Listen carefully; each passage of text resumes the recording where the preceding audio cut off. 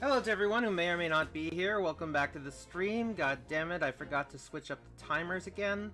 So, I mean, yes, you can catch up on my Life is Strange streams, but you can also catch up on my Ace Attorney streams and lots of other streams at my YouTube channel. So I need to get into the habit of changing up the timers so they actually apply to the stream I'm doing. So, anyways, we play non-violent games here, games that reward the player for intellectual and or emotional engagement rather than for combat or any other kind of violent accomplishments. We're going back to the Great Ace Attorney today. And before I forget, I want to thank Angelus05 for the follow. And actually, there have been some other follows that I've forgotten to call out. A bunch of them, really, which have been awesome. So, Angelus05, thank you for the follow. Daniel Elbu, game developer, followed yesterday. I did call him out. Tofu Crumble, thanks for the follow. Local Top Hat, thanks for the follow. Tessa Ventura, thanks for the follow. Limeman36, thanks for the follow. And I think that's everyone that I forgot to call out. There have been so many wonderful people following, and hey! Welcome!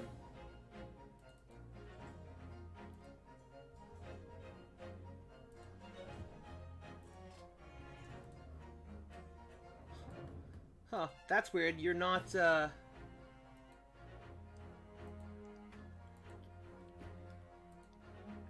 Welcome, Puff.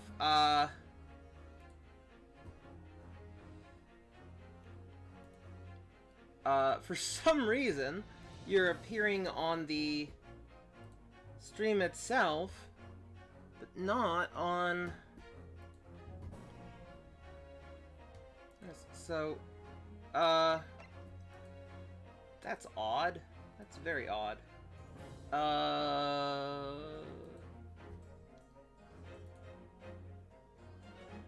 Well, anyways, by the way, Puff, are you following yet? Because if you're not, you definitely should.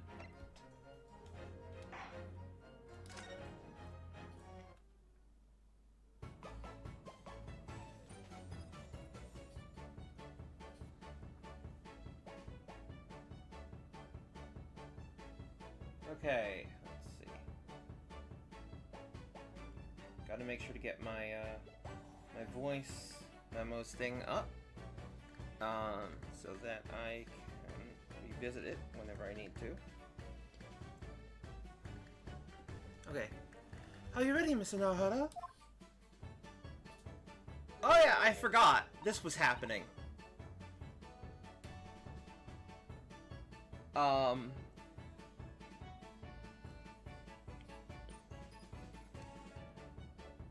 There, how's that?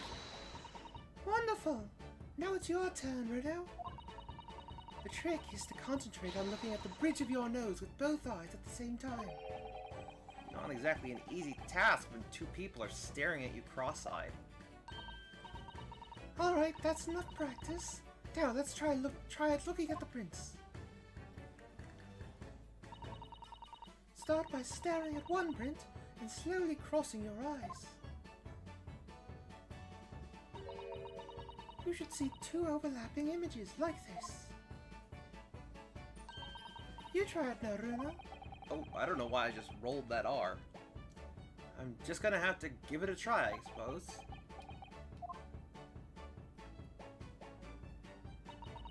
Did the print split into two images for you? Now, the next step is to put the pair of prints side by side like this, and then to try crossing your eyes again. The prints should slowly merge together, until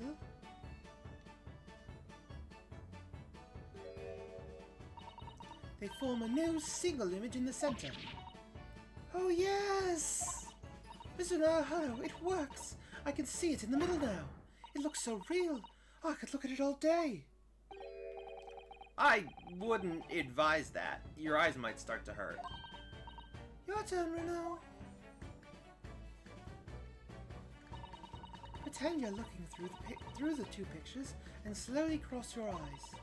Keep adjusting the position of your eyes until the two images overlap exactly in the middle. Like this, is it?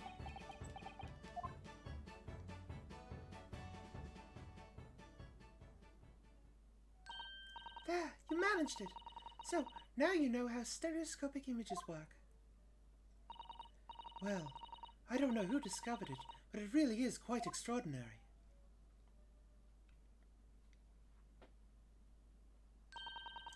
So, what do you think of these stereoscopic prints then, Erna? They're certainly amazing, but it isn't easy to get the knack of viewing them properly. Yeah, some people find it easier than others. But that's why contraptions like this exist, for people who find it tricky. Oh, I recognize that. We saw one over there yesterday, didn't we? If I remember correctly, you press this little knob here, then set the pair of photographs in this stand at the back and... It's still amazing, even though I know roughly how it works now.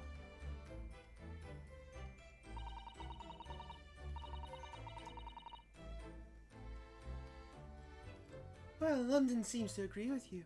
Stereoscopes are very popular at the moment. Forgot to do that.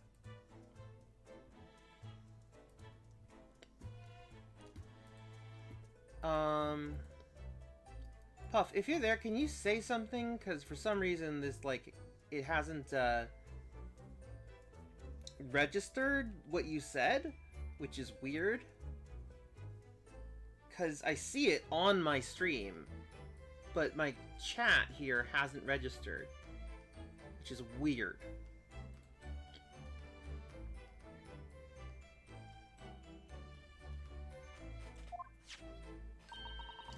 You could find one of these folding contraptions in lots of households in the capital currently. But if these little machines are so affordable, surely there's no need to go around staring cross-eyed at pictures like you hate them. But it's much more satisfying to be able to see the effect with your own eyes. Well, I think so in any case. Stereoscopic pictures. I'd never even heard of them until yesterday. We certainly learned a lot about them. But I wonder if it's knowledge that I'll ever actually need. The second white cat photograph has been entered into the court record. Which reminds me, the back of this photograph was used to write out the pawnbroker's ticket that Gina brought in here yesterday. And the other photograph came from the pocket of McGilded's overcoat. We need to examine everything thoroughly, don't forget.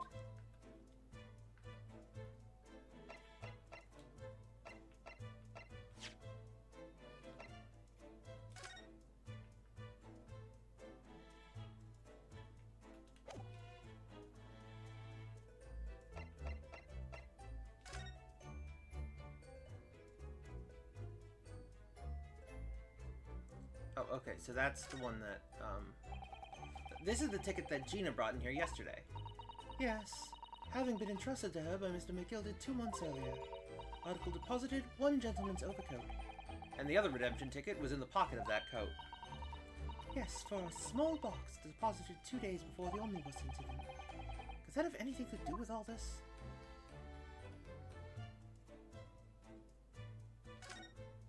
Wait, no, wrong button, sorry.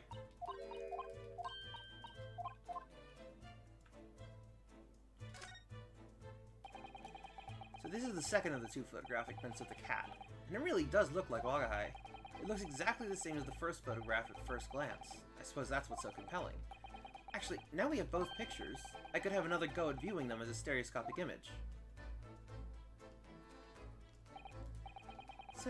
So I need to cross my eyes and try to get the 2 cats to merge in the middle as one. It's such a hard thing to do. Whoever thought of this in the first place must have spent a long time staring.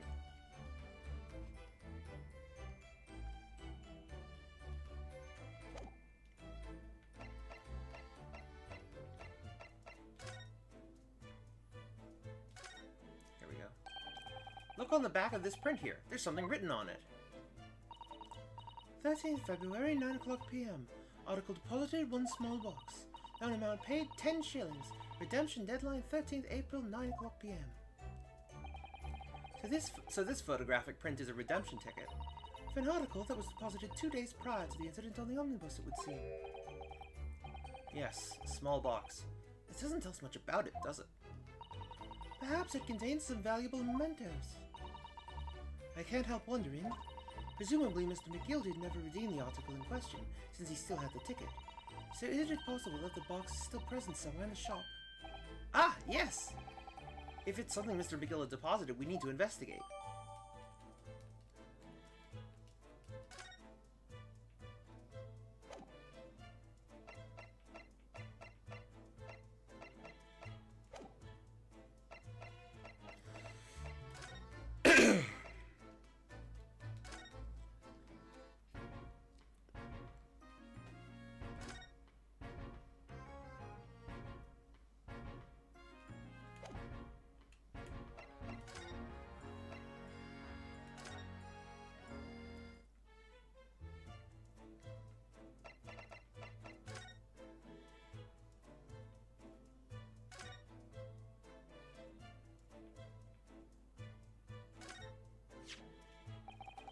I'm fairly sure this contraption was here yesterday as well. Here we are, though I'm not confident I can get it closed again. Oh yes, that's a folding stereoscope. Really? This is a stereoscope? Mr. Shum showed us a picture yesterday that you were supposed to be able to see in 3 dimensions. But for that he used the great big contraption over there. Ah, well, that's for use in public houses and places like that. It contains a carousel with all sorts of pictures inside. But this little thing is a much simpler design for use at home. The special shops selling prints you can use in them. I have a little collection myself. I wonder if I could make money out of these in Japan. It would beat keeping my toilet sparkling clean anyway.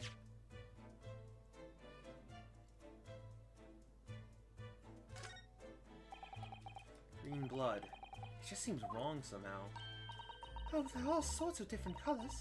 There are pretty pinks and purples too, you know. Like I said, everyone's blood is different. I wonder what color blood I wonder what color my blood would turn out. Actually, I don't want to know.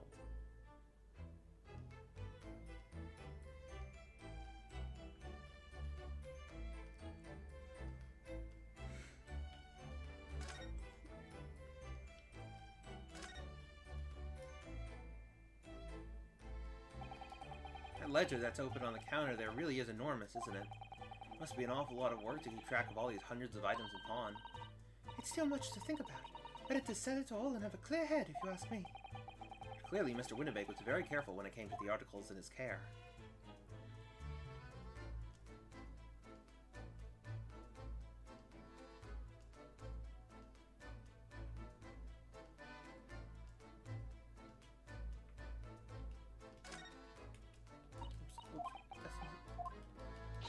Sorry, my bad.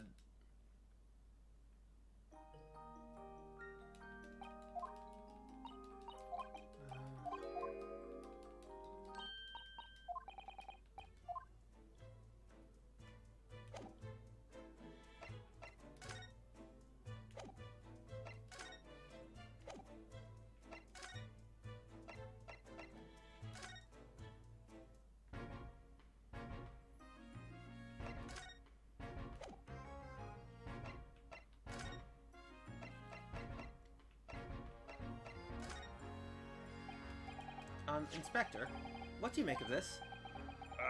What have we here then? Redemption ticket for an article deposited here, is it? Looks like someone ran out of office stationery and wrote a ticket on whatever paper was to hand. Yes, this is the ticket for McGilden's overcoat. The one little diver turned up with yesterday. Oh, actually no, it's not. Really? Think you know better than me, do ya? No, I didn't mean to, Bruno's right, Griggsy. It isn't the same ticket. Of course it isn't, of course it isn't. I never doubted you, your ladyship. So what's all this about then, if I might be so bold as to ask? This is a second ticket. A second one? It seems that Mr. McGilded had, in fact, had another article in storage here at Windibanks. Is that right? I think we need to discuss this further with the inspector, Mr. Naruto. Oh good, because he's ever so easy to talk to.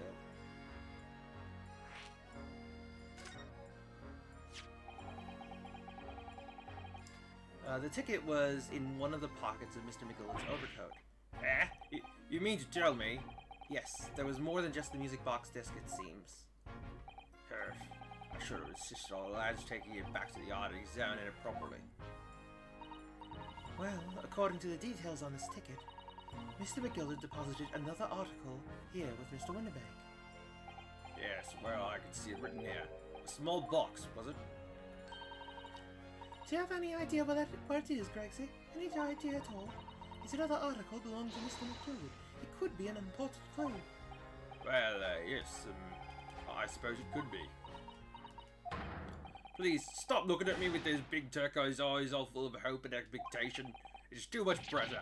I'll lose me marbles, I will. I'll go barking. This is no time for dog impressions, Inspector. That's enough sauce from you, Sunshine. There is one thing that springs to mind. According to this ticket, redemption's deadline already passed, hasn't it? Ah, yes, of course. Articles are only held for 2 months. So the small box will no longer be in here then. That's right. It's been forfeited. Which means it could be on the shelves in the front of the shop, where the forfeited items are offered for sale. Yes, the shelves in front. We must search them at once. You're wasting your time. Oh? There are dozens of little boxes out there, hundreds even. We can't possibly know which one might have been McGilden's. That information's not written in the ledger. Well, I think we should at least have a look, just in case. Of course, your ladyship, of course. Very sensible of you, I'm sure. This is getting old.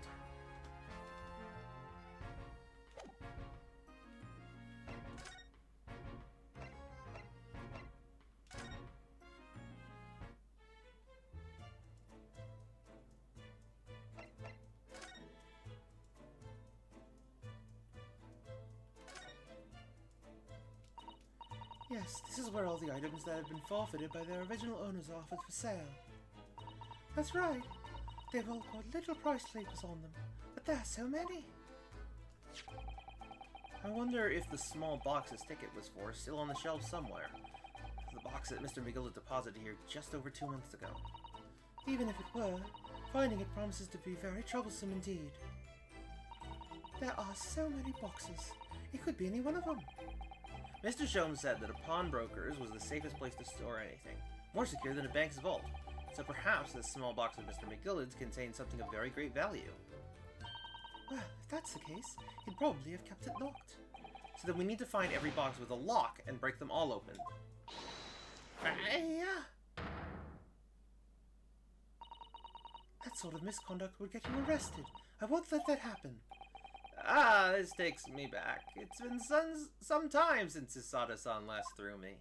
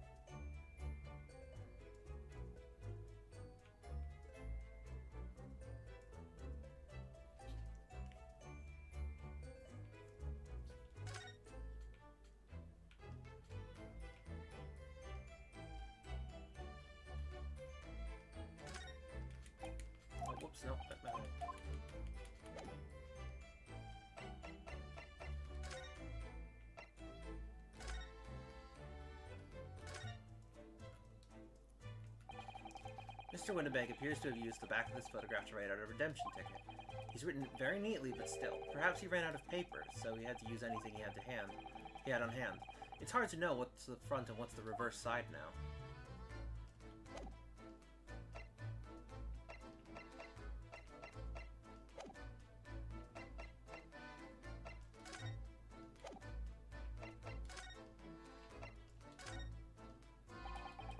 Would you mind if I showed you this, Iris? It's just a boring old thing, really, but... Okay, that's not helping. Oh, I really don't like boring things. Ah.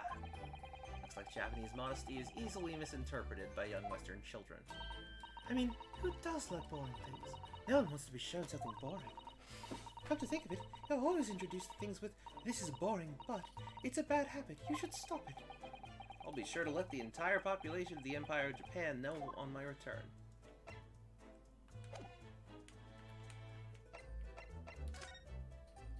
Huh.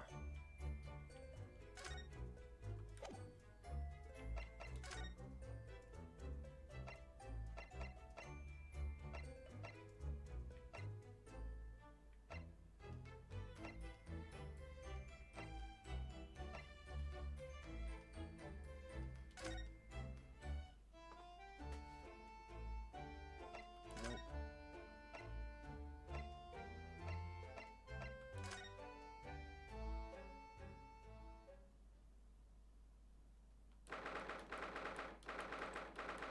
16 April, local prison cell 13. She doesn't appear to be here. I believe she must be in questioning at the moment. Oh, but wait a minute. What is it, Iris? Well, if you examine the scene here carefully, there's another possibility, isn't there? Ginny could have slipped the key from the jailer when he wasn't looking and escaped. Oh my! Why would she do something like that? It would only make her situation worse.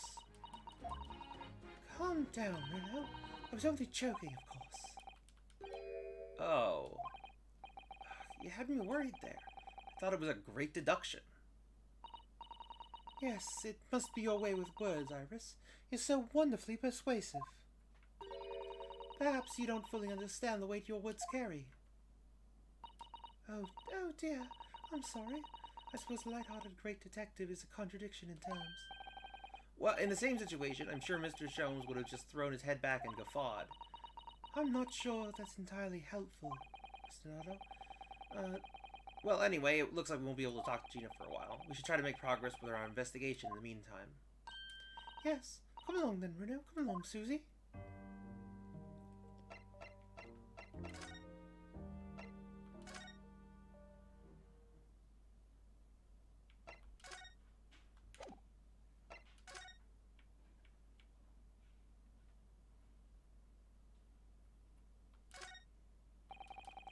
Let's see Mr. Sholmes' bed. Poor Hurley. I know. It looks as stiff as a board, doesn't it? Oh, I don't think that would bother him. No? I often find him asleep face down on the floor, completely dead to the world. I think I'd call the police if I discovered someone like that.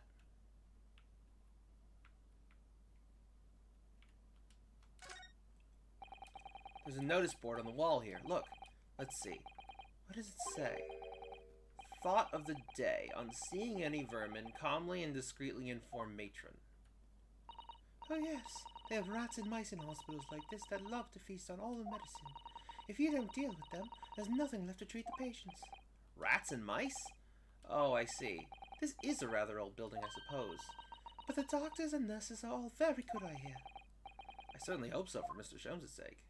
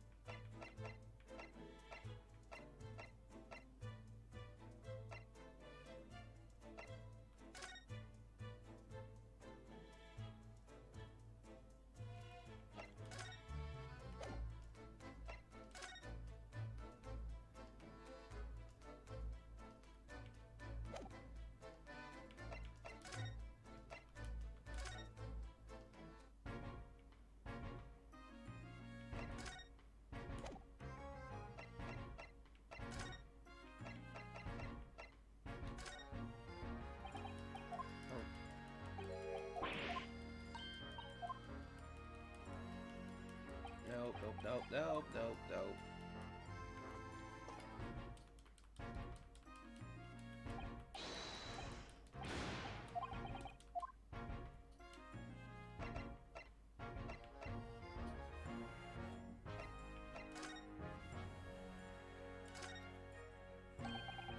Hound of the Baskervilles. How did Susato-san know the exact title of this unpublished story? I suppose I'll just have to wait until she's ready to explain it to me. I'm so sorry.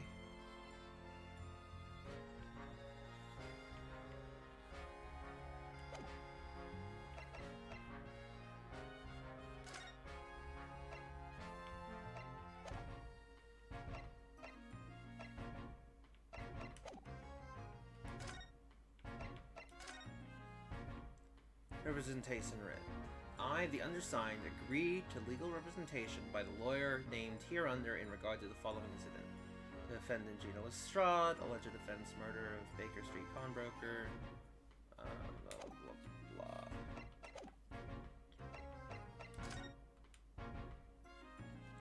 So what am I missing then?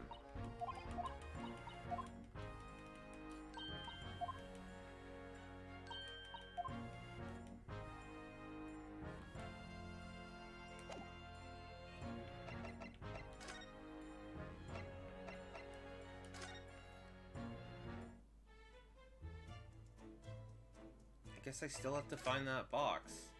I was just, you know, moving this all over, and it's, you know, not sure how to find it, to be honest. You know, it's, there's a lot of stuff out here.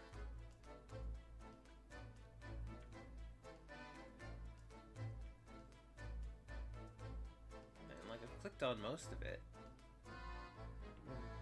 Nothing on those boxes. I can't click on those boxes, or that box, or whatever, like, you know. These boxes not clickable. Neither are these.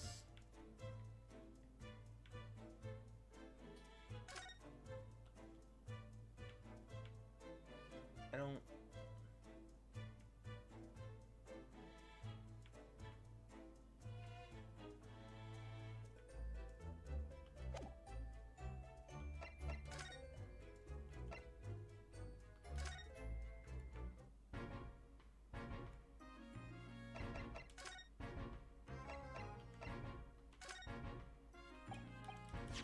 Inspector, what do you make of this?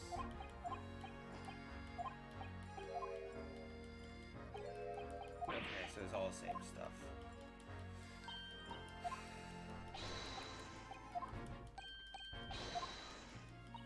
All the same stuff, nothing new.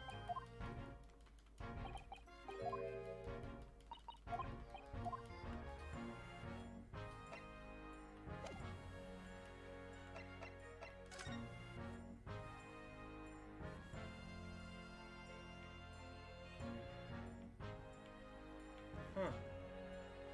I just can't figure it out.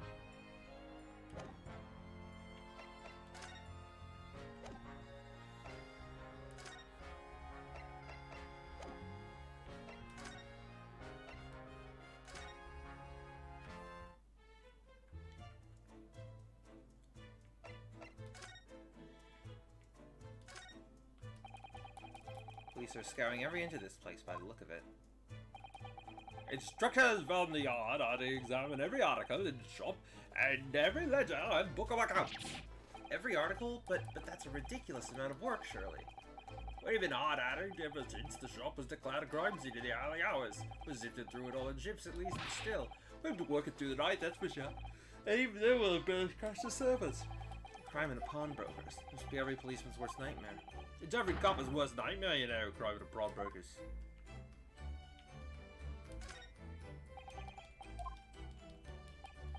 Okay, oh, okay. Send the same stuff to the other guy.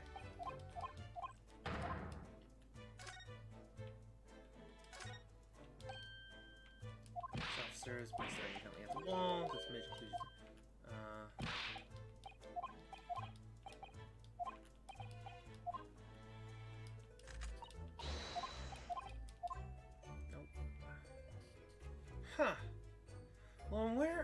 is it? Like, seriously, what? Where's the thing I'm supposed, you know?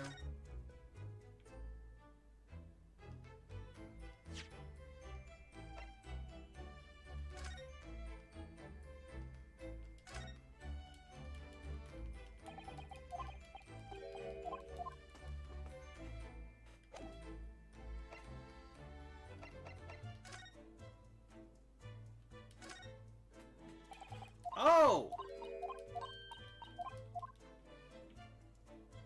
I haven't clicked on that yet. Mr. Naruhodo, I don't know if you've noticed, but there's something rather troubling here. I have noticed. The red smear, you mean? Yes, it looks like blood, doesn't it? I wonder if Susato-san had picked up on that. Well, in that case, Yes, we need Iris. we should show it to her before we forget. There we go. Finally. Oh, whoops.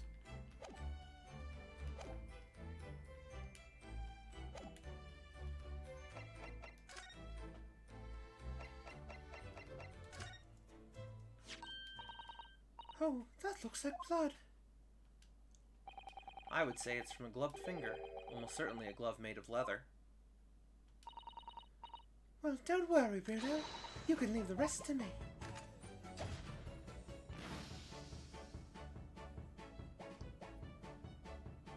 Purple. Look at that. Yes, that's a color we haven't seen before, isn't it?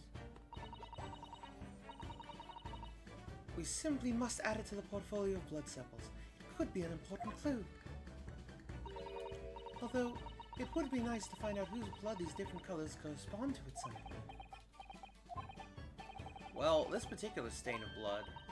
Oh, you've had an idea, haven't you? Do you know whose blood this is? Yes, I have an idea whose blood it is. Not from the color it turned, but with little deduction. That's right. I think it's clear. Iris, do you know as well? You first, Bruno. Who do you think it belongs to? Alright, I believe that this is the blood of... Thrice-fired Mason. Thrice-fired Mason? You don't sound very sure of yourself the way you trailed off there. Well, it was 2 months ago now, that case. And of course I'd never met the victim, so I'm struggling to remember his name. He was definitely thrice-fired, though. The victim of the omnibus case? Yes, his name was indeed Mr. Thrice-Fired Mason. But that would mean that this blood stain was left on the ticket 2 months ago. Yes, I think it was. Gina brought this ticket here to Windibanks yesterday. I'm suggesting that the blood stain was already on it at that time. So it's a smear of blood from the time that Mr. Mason was killed 2 months ago. Something else is coming back to me now. Mr. McGilded was also wearing leather gloves that night. Yep, that's how I put it together. Ah, excuse. What good-hearted soul wouldn't rush to help a fella bleeding from his stomach? I wasn't about to start worrying about my gloves, now was I? I reached out to give them out a hand. It certainly does look like a leather glove thumbprint, this mark. But we know that Mr. McGilded had no injuries at the time anywhere on his body, from which we can conclude that any blood on the glove belonged to the victim, Mr. Mason. Mr. Naruhodo, you sound just like Mr. Sholmes. Minus the quirky slip-ups, I hope. Yes, I think you're right, Bruno. Very well. Let's make a note of this.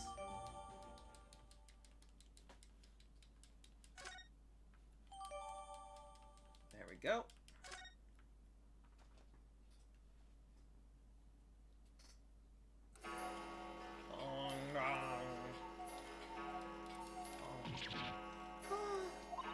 I nearly jumped out of my skin there. How could Mr. Windibanks set such a wicked trap? I doubt he set out to scare anyone. Is that really the time? I think perhaps we should pay Gina another visit soon. Oh? Her trial is tomorrow. We must establish whether or not we will be defending her. I think we should ask her one more time. She may have changed her mind. Don't you remember, Bruno? You told her that she could rip up the representation papers if she didn't want you to be her lawyer. Really? Did I say that? Yes, you did. Yes, you did. Yes, you did. There we go. The deadline for submitting the paperwork is fast approaching. In that case, we had better hurry back to the prison and talk to Gina again. Finally! Figured it out. Ugh.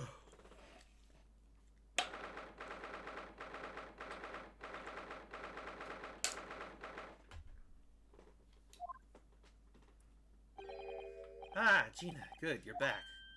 Ah!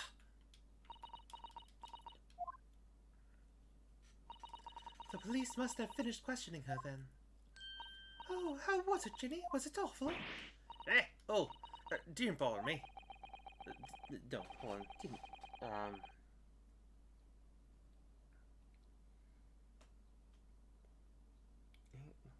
Courtney. Huh.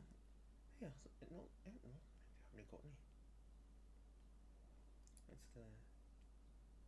Thank you for the papers you signed before. It meant we were able to investigate at Winterbanks. Oh, right.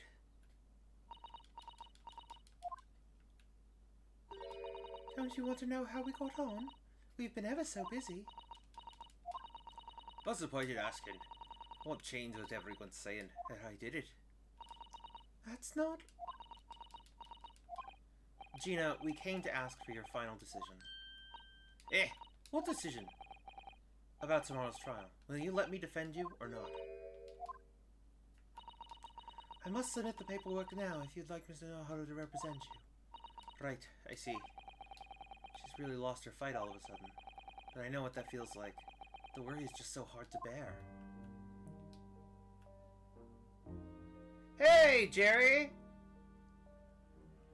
Great to see you here.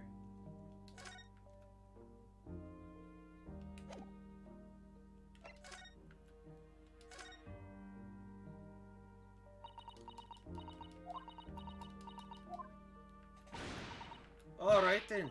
Blimey, give it a rest of the eyes, Iris. So come on then, fill us in. Who done it? Unfortunately, we don't know that yet. You don't say. We don't know yet, Gina. Mr. Nohara and all of us know that you are innocent of this crime. And while we haven't yet managed to work out who the real culprit is, there are a number of interesting facts that we have managed to establish. Oh yeah? Like what? Well, for example, the reason for you being there in the first place. I think I now know why you broke into Winterbanks that night. Looks like I'm gonna have to take some evidence that clearly reveals the reason and thrust it in Gina's face. Or I could present it to her calmly, I suppose.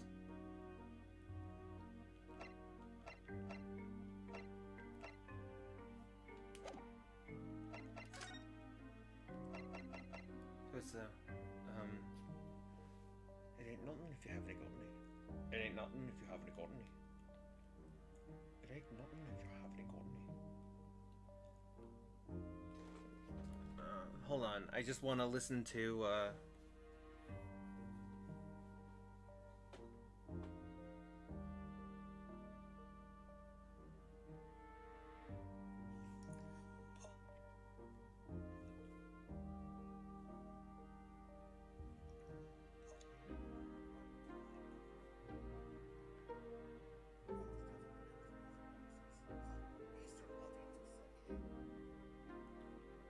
What do you know where the music box is?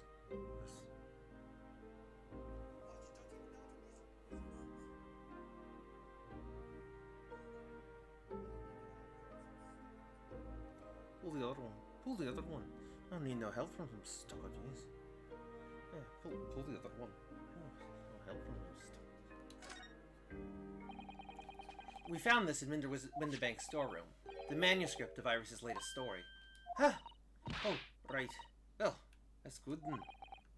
Curiously, the storeroom at Winterbanks showed no sign of being ransacked for items of value or the like, with one exception, the box file that housed this manuscript. It was you, wasn't it, Gina, who broke open the box containing this manuscript last night? Eh? You were determined to find out whether or not the Hound of the Baskervilles was really there. That's the real reason you broke into the storeroom last night, isn't it? Why don't you tell us what happened? Please.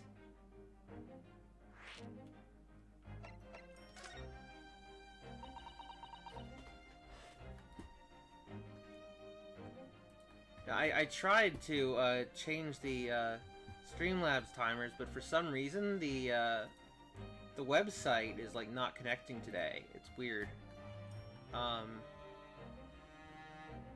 Like when I tried to sign in, it didn't let me, which is frustrating.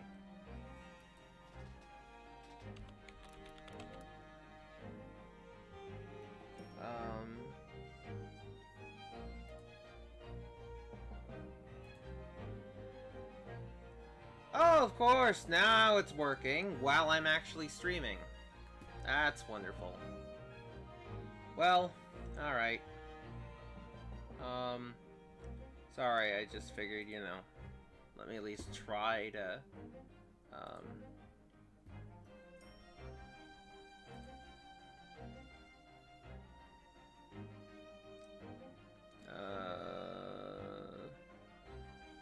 turn that off. There we go. Voila. Oh, I do. Oh, thank you, Jerry. Yeah, well, they're hard. And I have to do so many of them. So many voices. I voice everyone in this game during my streams. There's been so many. They're very difficult. But I work hard. But so thank you. Thank you. Alright, yeah. Miss Baskerville's story. It's the latest Sholmes adventure, right? But it hasn't been printed yet, so I figured it's gotta be worth a fair few pieces of silver, right? Oh yes, at least 5,000 pounds. What? So, you intended to sell Iris's manuscript, did you? No.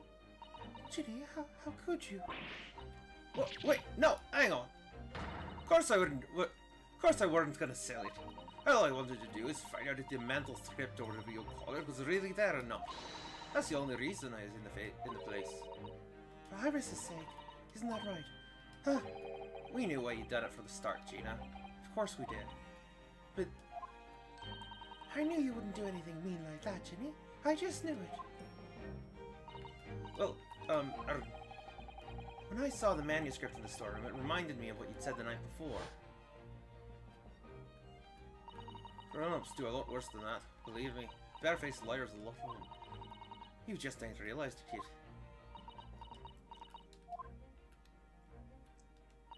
I'm telling you, that mental script ain't it with the banks. You'd soon seen it if you look. Thank you, Jerry. That's really nice to hear. If I'm honest, I have wondered if Hurley's telling me the truth sometimes. I mean that I sometimes wonder if he might have hidden my manuscript somewhere I don't know, even though it's wrong of me to doubt him.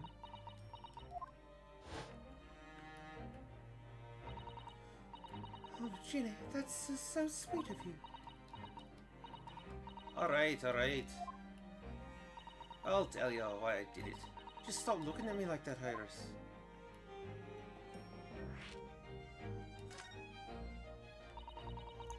It weren't because of Iris. That's not why I did it.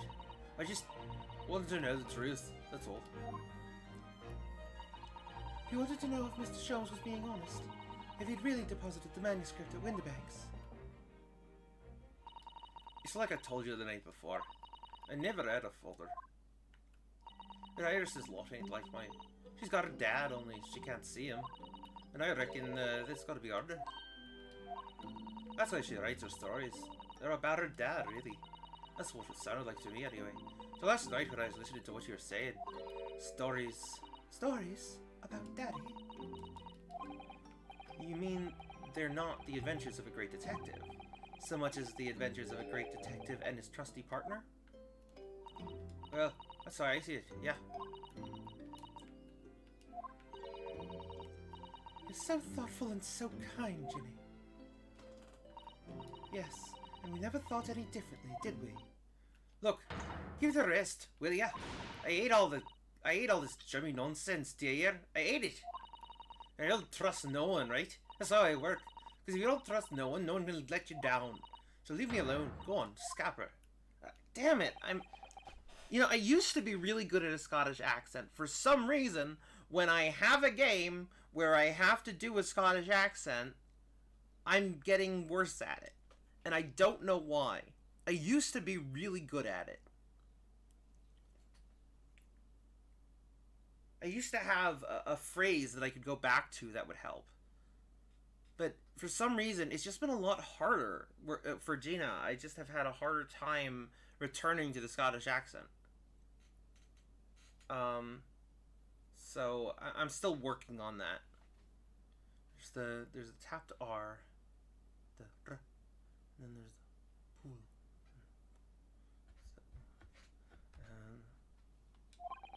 So the way an accent works, from what I've studied, is that so every accent has a, you know, there are different sounds that make up the accent. So like for a Scottish accent, you know, they roll their R's. You know, they roll their R's, but not like rrr, but just like a quick tap. Rrr. And then like for like pull and pool, they actually sound the same. Pool. And like I heard that, like, you know, you know, it's kind of like you're swallowing your words when you do a Scottish accent. You know, so it's like they're really interesting, having like had to figure out how to do multiple accents across streaming this game. It's been so cool to look up how to do them and see how this works, and how accents are so unique, and why they're so unique, and how the different, you know, different accents are vocalized through different mouth shapes and different vowel sounds, and like, it's so cool. It's so cool. I hadn't noticed until now, but it's unmistakable. Right there on both sleeves of that overcoat are some very suspicious red stains. What? Why are you looking at me like that? I think it might be worth presenting some of our other findings in that area to Gina now. First, let's do this. We already have the representation papers and other documents we need. All we have to do is hand them to the court clerk. That is, if you'll allow me to represent you in court tomorrow. Nah, don't bother. Ginny? Rip them up and chuck them, would you? The representation papers, or whatever they're called. This cell ain't fancy enough to have a bin. So what will you do in court tomorrow? I'll be fine on my own. I don't think you will be.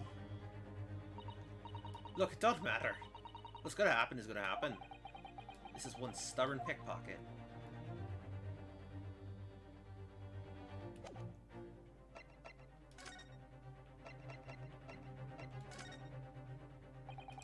Those stains on the sleeves of your new coat, Gina.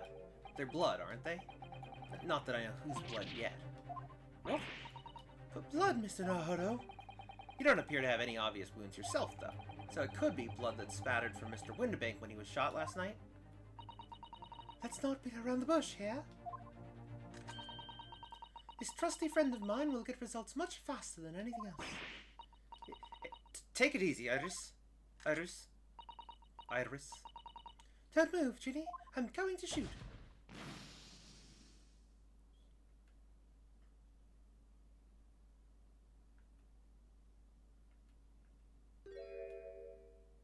Purple. Oh. Oh my. What the? Forget the sleeves. The whole coat is covered in blood. Of course. The black color of the fabric was masking the stains. That's why we haven't seen them until now. And the blood has reacted with the chemical to turn a purple color, which matches one of the samples we've already collected perfectly. Yes. Now, let's see. Who had the purple blood? Ah, yes, it was the brickmaker, Mr. Mason, the victim of the murder case 2 months ago. I knew it. What? What are you all on about? What? What are you all on about? The victim? What do you mean? What do you mean?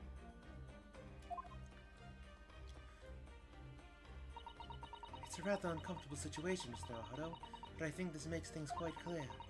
It means the omnibus case is finally solved. The truth about who really murdered the brickmaker, Mr. Mason, is revealed. Oi! Would someone please explain what's going on?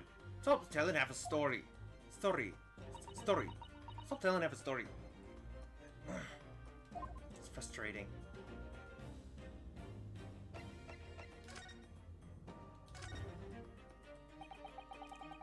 We can see now that the victim's blood is all over Mr. McGilden's overcoat.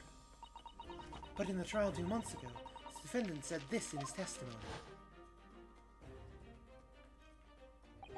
I ask you, what good-hearted soul wouldn't rush to help a fellow bleeding from his stomach? I was just about to start worrying about my gloves now, was I? I reached out to give them a hand. But if you look at this overcoat now, it's clear. These stains couldn't have arisen from Mr. McGilden trying to pull the victim to his feet. No. If that was what had really happened, the blood wouldn't have splashed all over the front of his coat. The only explanation for this pattern of blood is that it splattered all over McGilden's coat when he stabbed the victim in the stomach. I've tried to run from the truth for long enough, but there's no escaping it now. The true culprit in that case, Mr. Mason's killer, was Magnus McGilden.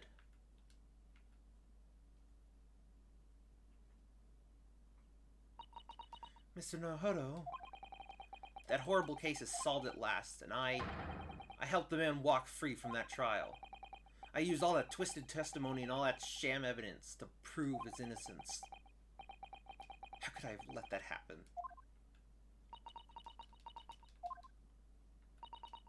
Bruno, did you believe him, though? Did you believe Mr. McGilden was innocent? I believed, or rather I think I was trying to believe. I wanted to, because believing in those you represent in court is a defense lawyer's greatest weapon. A weapon?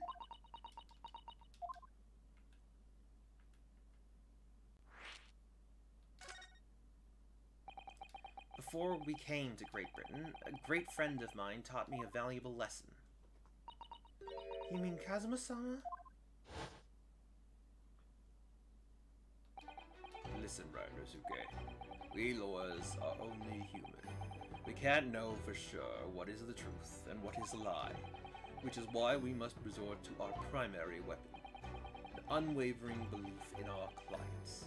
That's all we really have. Unwavering belief? Only when we truly believe what our clients tell us can we fight with everything we have for their cause. In any battle, there can be no victory without faith. So I believe you, unwaveringly.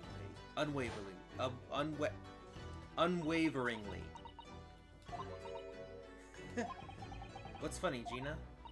God, sounds like in this empire of Japan you come from, everyone must be soft.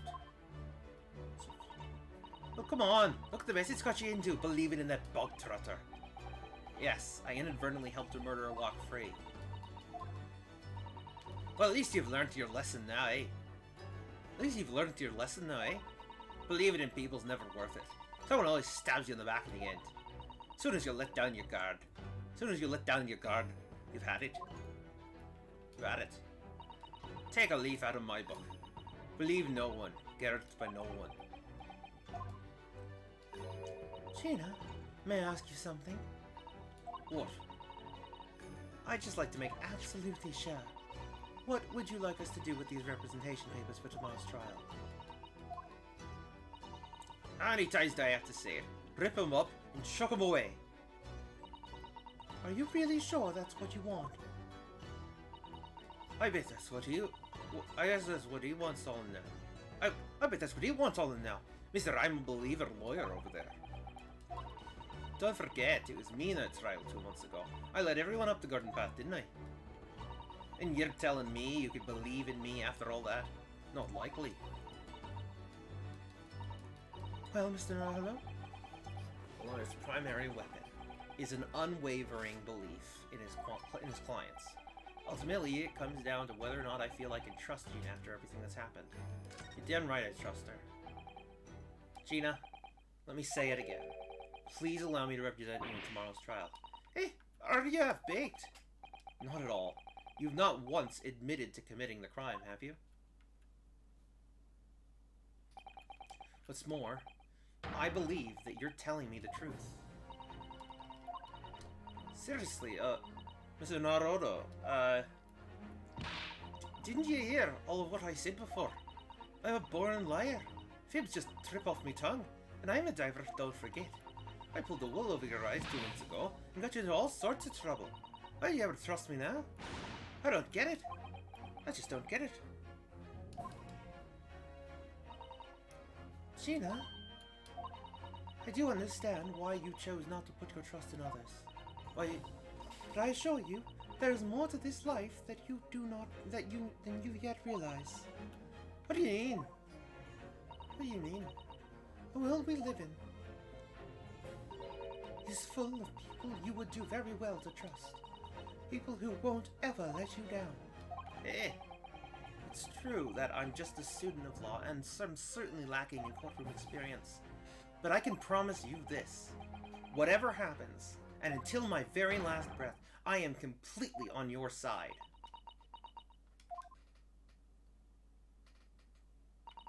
What do you expect me to say to that?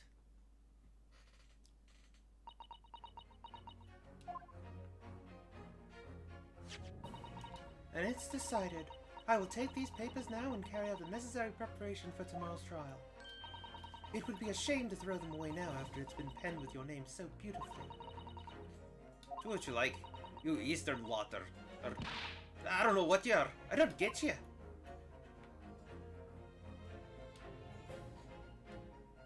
I really am just rough with that Scottish accent. Gina's taken herself to the back of her cell. She'd never admit it, but I hope she's feeling relieved.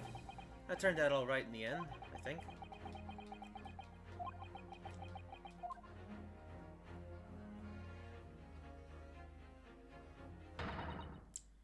Whoever's hiding there, show yourself at once. Eavesdropping is the height of cowardice. Miss Susato. Somebody is there in the shadows. I could sense it. Somebody who wasn't there before. What? Blimey, you're sharp, eh? I suppose you were using one of the mystic Japanese arts, like the art of stealth I've heard so much about. If anyone was being stealthy, it was you, Inspector. Craigsy! Oh dear me, I am most terribly sorry, your ladyship. I didn't mean to startle you. How long have you been listening in on our conversation? Good grief, listening in? No. I just got word that there was some visitors here who were refusing to leave even though it was after hours. I assure you, your ladyship, I only just arrived. This very minute, not a moment earlier. That's all it is. Nothing untoward, nothing at all. After hours? Is it that late already? So then, I'll humbly excuse myself now, your ladyship. Ta-ta, toodaloo, cheerio, all the best, bye-bye-bye. That's a lot of farewells, and not one of them appropriate for her ladyship. Oh, but I wanted to have a chat. I'm terribly sorry, but time is pressing at the minute. Oh, I see. That's a shame. If I don't get this emergency at the Supreme Court dealt with sharpness, Lord Strongheart will, well... Emergency? Lord Strongheart? Nothing, forget I said anything. Anyway, I'm off. Alright, Craigsy, if you have to. But let's chat soon. Delighted, charmed, can't wait. If you please, my pleasure. That's a lot of pleasantries, and not one of them sounded sincere. Craigsy's so funny. He says such silly things. It's certainly entertaining to see an inspector of the police fawning to a 10-year-old girl. But anyway, I wonder what this emergency is at the Supreme Court. I must attend the court clerk's office now before it closes. Yes, of course. Thank you, Mr. Sato.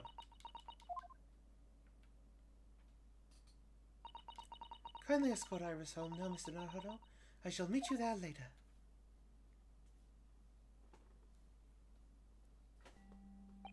And so our investigation came to an end. Susato-san went to file the necessary papers for my defense of Gina the following day. And then it hit me. I could no longer suppress the wretched feeling that had been gnawing away at my insides.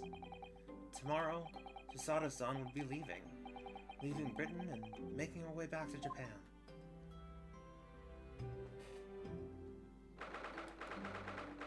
th of April, 11:13 p.m.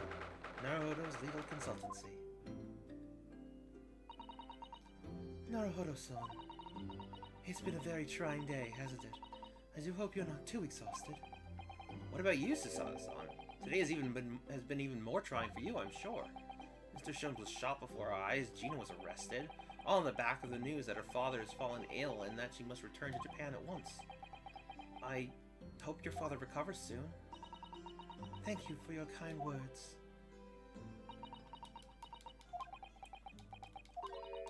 I wonder why it is that so many thoughts rage in my head like a storm, and yet I seem unable to find the words to express any of them. I know exactly what you mean. Anyway, I have one final task to complete as your judicial assistant. Once that is done, I shall make preparations for my departure tomorrow. One final task?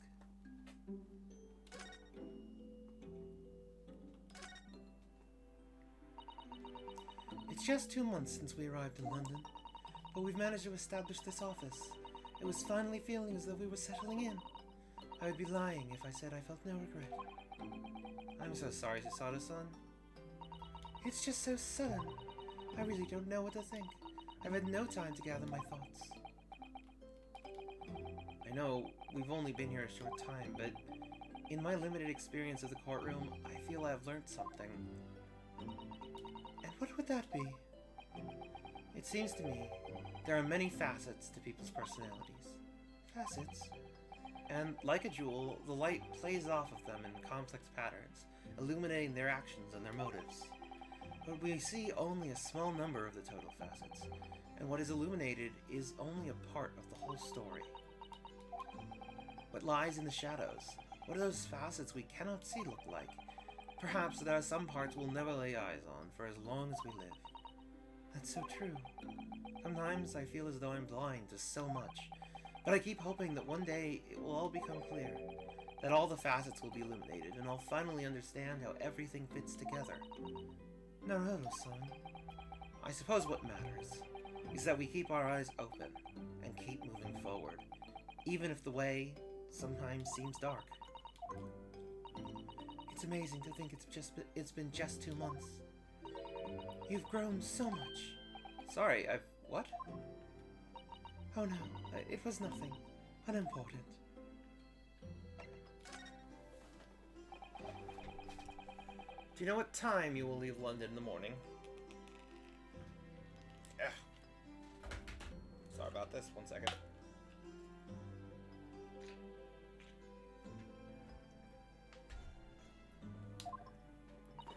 Yes, I picked up my ticket earlier. I shall be leaving here at 4 a.m. I see. Well, I'll escort you to the station. Absolutely not. Sorry? I'm sure you realize why I couldn't possibly let you do that. You have a very important day ahead of you tomorrow. Gina's trial. Yes, I know, but every word you utter will have the potential to determine Gina's fate. You must get as much rest as possible. Even though, like me, I'm sure you will find it hard to sleep. But please, for me, do try.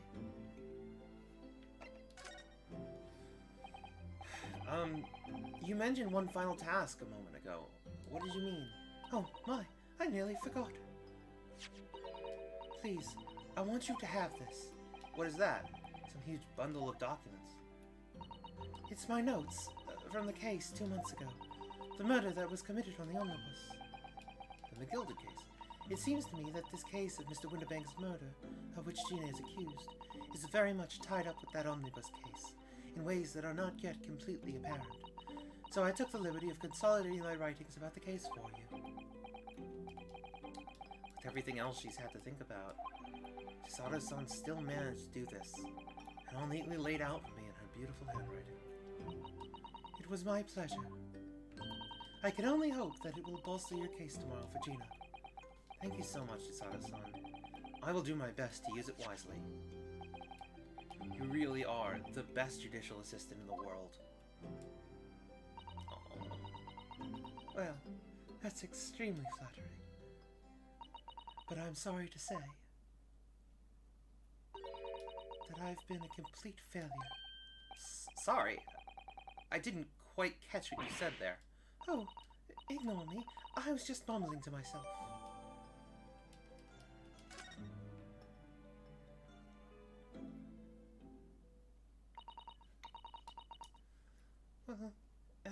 It's getting rather late. I think you should go to bed now, Naruto-san. I must finish packing up my things in my room. Susato-san, I wish you the very best of luck tomorrow. Good night. Wait, there's something I need to say. Hiya! What? What was that? A secret technique of mine is Susato shutdown. Shutdown?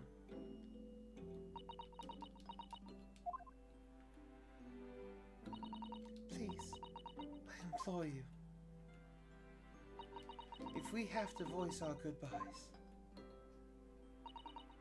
I won't be able to hold back my tears.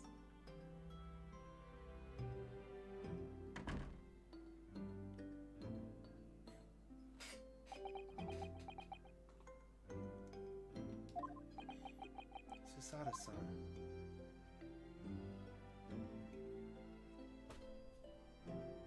Actually made me tear up a little. That whole scene. That was beautiful.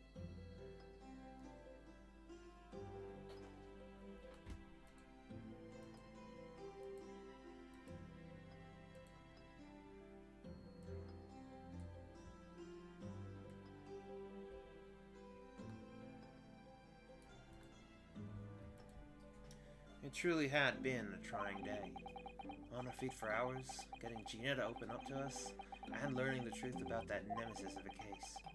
Physically and mentally, I was exhausted. And yet, the idea of sleep seemed impossible. But I forced myself to close my eyes.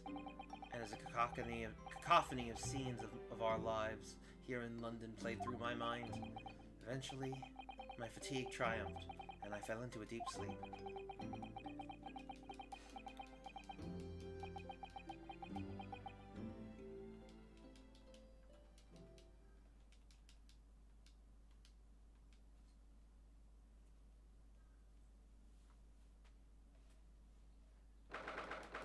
'17th of April, the small hours. 17th of April, the small hours. St. Sinners Hospital, Ward 3. Yes, I quite understand. That is a great weight off my mind. I don't know who this is yet. There's a great weight off my mind. Okay, yeah, okay. Thought it might be Holmes. Rest assured, I shall put everything in place, exactly as we have discussed. Thank you so much. It has been an honor and a pleasure to be acquainted with you, Mr. Oh, no, someone else is speaking right now. On the contrary, the pleasure has been mine. There we go, now we go. That's him. I bid you farewell, and Godspeed. My dear madam. Oh, okay, that was... Gotcha. To be continued. We're at an hour and 15 minutes.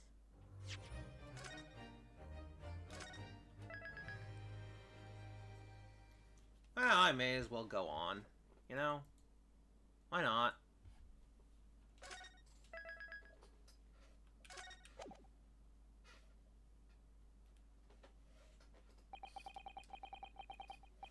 When I woke the following morning, Susato-san was already gone. Outside the window, the rain came down in sheets, and so began an even longer day than the last, one that I would remember for the rest of my days. 17th of April, 9:32 a.m. The Old Bailey. Defendant's antechamber. Good morning, Gina. I'm determined to prove your innocence today. I'm sure we can do it. So, where's your friend then? Sorry? You know, her in the fancy dress. Susato, or however you say it. I don't know. Susato had to leave early this morning. She was already gone by the time I woke up. You alright with that, are you? Forget about me if you like. Go and see her off. It's fine. It's not as though Mrs. Sato and I won't meet again one day. Even so...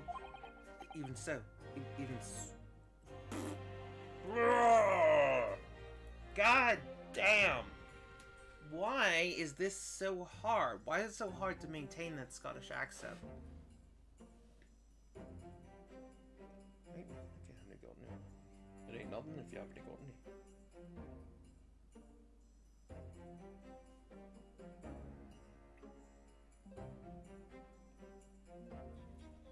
Open your eyes. I'm over here. Open your eyes. I'm over here. Open your eyes. I'm over here.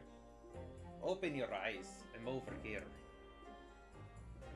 But you, Gina, you only get one chance. This trial today is all we have. Good morning, you two. How are you feeling, Ginny? Did you manage to sleep? Iris! Iris!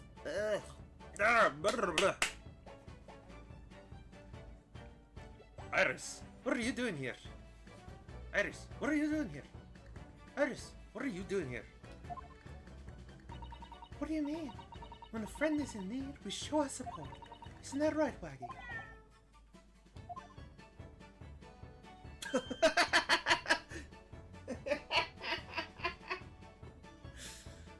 Waggy! Great way to show your support, kitty.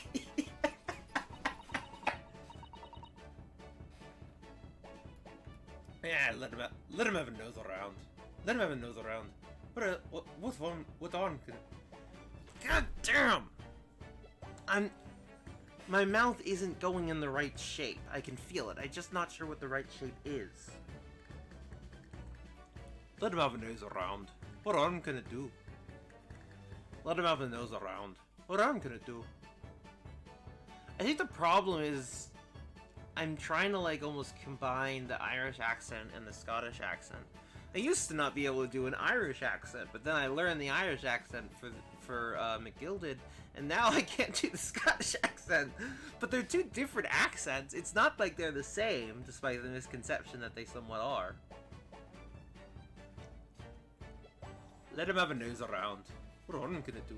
But like, I think my voice is trying to go into the kind of, you know, hi, you know, I'm from Ireland, you know, like the sort of musical thing that happens with an Irish accent. I'm from Ireland, you know, as opposed to I'm from Scotland, which is I'm from Scotland. Like, that's better. Like, that's better. Like, significantly better. I'm from Scotland. I'm from Scotland. I'm from Scotland. I'm from Scotland.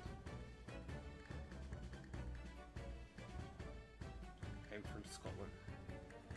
Okay, I'm from Scotland. Let him have a nose around. What I'm gonna do? Oh, that reminds me. I bought a paper on the way here. Now, would you like the good news or the bad news? What do you say, Aruno? Ginny? Oh, well, I think I'd rather get the bad news out of the way first. Nah, always take the good news first. You might not live to hear the bad. You might not live to hear the bad. Yes, that question always gives away people's personalities. Let's not go there. Alright then, I'll give you the bad news first. A record amount of rain has fallen this morning, and carriages all over the capital are struggling to move. Huh? The bad news was a weather report? So I hope that Susie made her train to Dover, and that the train isn't delayed on its way to the port. Gosh, yes. Alright then, so what's the good news? What's the good news? Alright then, so what's the good news? Well, the rain is forecast to subside this afternoon, so even if the train is delayed, it should be able to make up the time later. Well, that is good news, isn't it? I couldn't give them monkeys, really. If only all good news canceled out the bad. If only all good news canceled out the bad. And look, this trial has made the headlines too. Pawnbroker perishes in pick-purse plunder, see? How'd you like that? Well, let them say what they want. See if I can't. I can't, because you're covering your face. Don't worry. Bruno will soon show everyone that this headline is nonsense. I will? And then, in tomorrow's papers, the headlines will be Discharged diver as dauntless do-gooder. Isn't that right, Bruno? Oh, yes. Let's hope so. Of course they will. I have absolute faith in you. How was that? I was trying to sound like Susie. Did it work? Did it? It's like she was still here.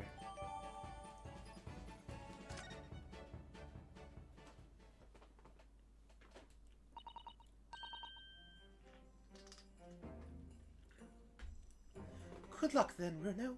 I'll do what I can. Obviously, I don't know the law like Susie does, but still. I'll be by your side the whole time, giving you moral support and encouragement. I'm not sure that big thing is as comforting as you think it is, to be honest, but thank you, Iris. That's very kind of you. Oh yeah, Iris. Yes, Ginny? Well, I was wondering, is all, about Shrooms. Did they fix him up alright? Yes. The operation was a great success, but Hurley still hasn't come around yet. Eh? I've asked a friend of mine at Scotland Yard to send a telegram as soon as he wakes up. I'm sure Gregson will let us know the moment there's news. Oh, right. No Susato-san, and no Mr. Sholmes. It's all down to me today, to prove that Gina is innocent of this crime. Miss Gina Lestrade, counsel for the defense, the trial is about to begin. Please make our way into the courtroom. It's time then. Yes, let's go, Gina. Iris. Lead the way, Runo. Lead the way, Runo. Poor Gina. She's trying to put on a brave face, but I can tell she's worried and scared. I have to believe in her from start to finish. That's the weapon that will secure her victory here. Secure our victory here. If I learned anything from my great friend, it's that.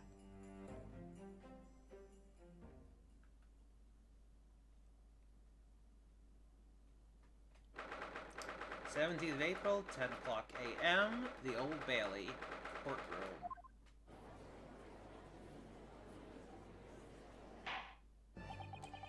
In the name of Her Majesty the Queen, I hereby declare this court to be in session. This trial shall determine the guilt or innocence of Miss Gina Lestrade. I now call upon the counsels for the prosecution and defense to declare their willingness to proceed. The prosecution is ready. The defense is ready. Lord Van Zeeks. My lord. Remind me, how many years ago was it that you withdrew from the public prosecution service? It was some 5 years ago, my lord. Yes, and then 2 months ago you resurfaced, somewhat unexpectedly, and here you are again today. Are there some circumstances of which the court should be aware that have led to this erratic behavior? In what one might describe as your former life 5 years past, you dealt exclusively in matters concerned with the highest echelons of society and government. Really? Yet today, you chose to try a simple case of burglary and murder. I confess I find it more than a little befuddling, counsel. There are 2 types of person I cannot abide. Firstly, those wealthy scoundrels who hide behind a mask of philanthropy to cheat the public at large. He means Mr. McGilded, who you defended against the Reaper 2 months ago. Yes, I just about managed to work that out. Thank you. I guess McGilded. If I'd known what a monster he was, I never would have defended him. And secondly, and even more loathsome, those wily scoundrels who masquerade as allies, only to effect total betrayal in the final hour. In other words, confidence tricksters from those tiny islands in the Far East, the Nipponese. What? Did he really just say that? He means you now, Runo. I actually managed to work that out too. Thank you, Iris. Total betrayal? What are you talking about? That torrid look of hatred in Lord Venzique's eyes. Was that directed solely at me? Or was he talking about all Japanese people? God damn it! Lord Venzique's is racist! Hooray! Oh boy. An alarmingly scathing explanation, Lord Venzique's. Still, the judiciary welcomes the return of the so-called Reaper of the Valley, feared by all London's malefactors. Your lordship is too kind. No, just. The 6 of you have been selected at random to represent the will of the people in this trial. Are you ready to hear the evidence placed before you and determine the guilt or innocence of the defendant?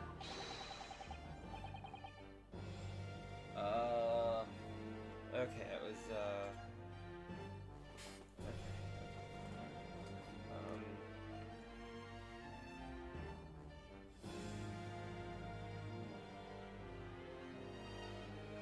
this is, John, you're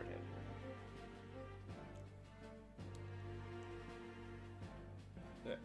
Former lieutenant in the British Army, huh? Don't you know? Chaps like me were born ready.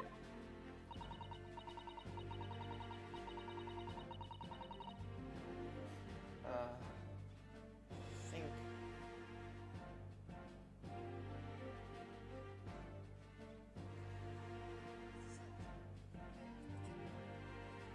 Clean crockery, clean cutlery, and a clean conscience. His lordship's motto is very appropriate here, I think. Everything will be stereoscopic in the future. Absolutely, absolutely everything, and I'm ready for it. Yeah, that is definitely that guy's voice. Everything, absolutely everything will be stereoscopic in the future. Oh wait, whoops, no, I actually got too excited. Everything will be stereoscopic in the future. Absolutely, absolutely everything, and I am ready for it.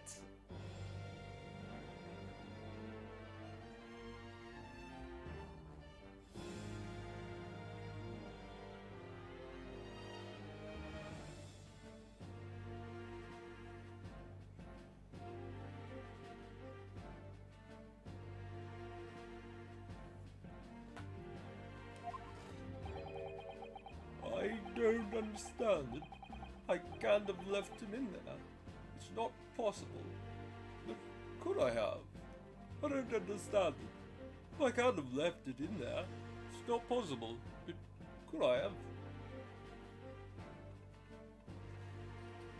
I don't understand it. I can't have left it in there. It's not possible. But could I have?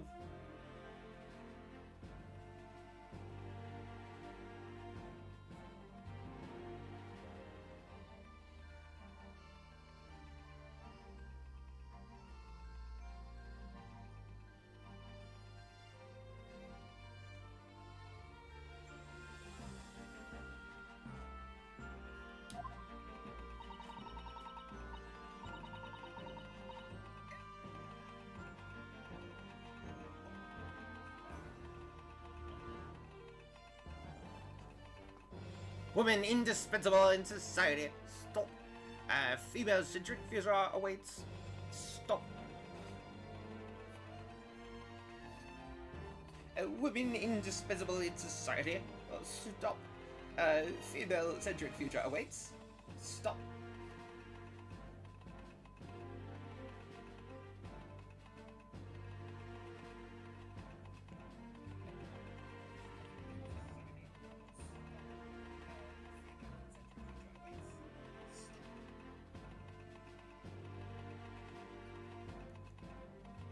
Women indispensable in society.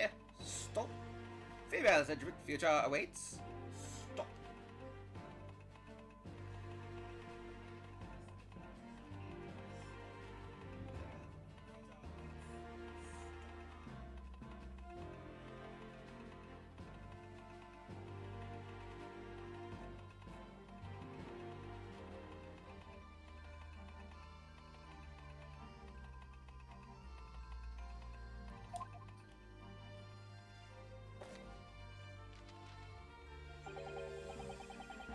Good day.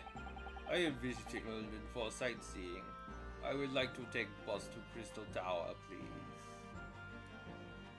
He's supposed to be Russian, I bet. I haven't done a Russian accent for a while now. Good day. I am visiting London for sightseeing. I would like to take bus to Crystal Tower, please. I don't know what he said. Good day. I am visiting. Good day. I am visiting London for sightseeing. I would like to take bus to Crystal Tower, please. Is something wrong, Bruno? Not exactly. It's just I'm fairly sure I recognize these jurors. Almost all of them, in fact. Really? Funny coincidences like that do happen from time to time, don't they? It is quite strange. The jurors are chosen at random from London's 6 million inhabitants, you know. So I've been led to believe. Something tells me I'm being duped. Very well. Now, Lord Benzeeks, the court calls upon the prosecution to introduce the facts of the case. As you wish, my lord. Allow me to begin with a word of warning to the ladies and gentlemen of the jury.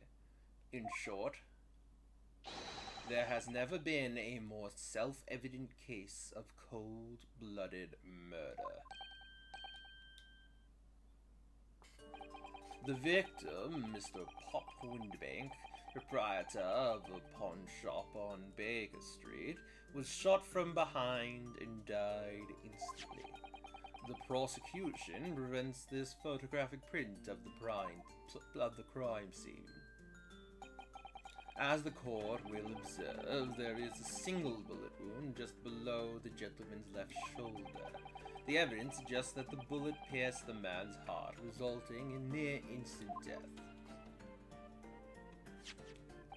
Moving on to the findings of Scotland Yard's coroner, his report states that the bullet entered the body on a rising diagonal trajectory.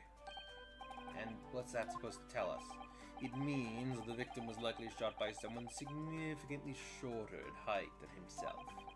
Someone like the accused, you might say. The prosecution wishes to present the autopsy report and crime scene photograph as evidence, my lord. Indeed, the court accepts. Hand them to the bailiff, please.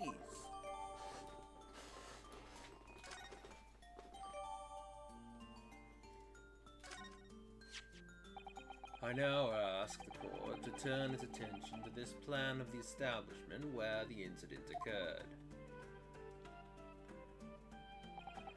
The proprietor was found in the storeroom where he kept articles pawned to him. A windowless room with a single point of entry, a door to the main shop that was found locked. In this sealed chamber, there were only two persons present. The victim, Mr. Winterbeck, and the accused. It may further interest the court to know that when the accused was discovered at the scene, she had in her hand the gun that used to fire the fatal bullet. Well, that's that then, isn't it? Nothing more to say. Isn't that a rubby little gallopy? But anyway. She's one of those filthy drabs that live in the slums in East End. Oh, well, it was only a matter of time before she got blood on her hands then. Objection! We can't jump to conclusions here. We mustn't assume her guilt because of what she has to do to survive.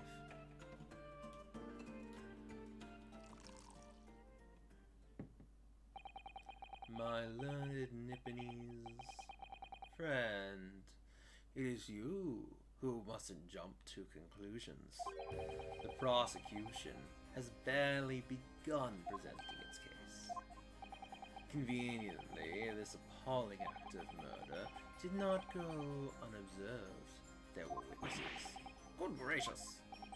After their testimony, this girl's true nature will be exposed. Pitiful pickpurse or cold-hearted killer. Here's to establishing the truth.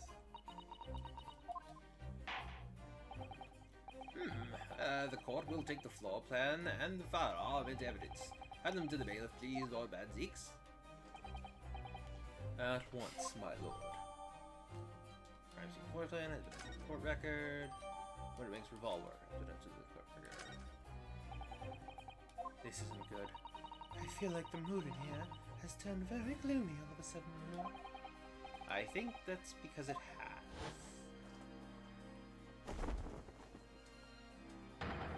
Let us begin. Bring forth the witnesses to the foul murder of Mr. Pop Winterbank on 16th of April this year.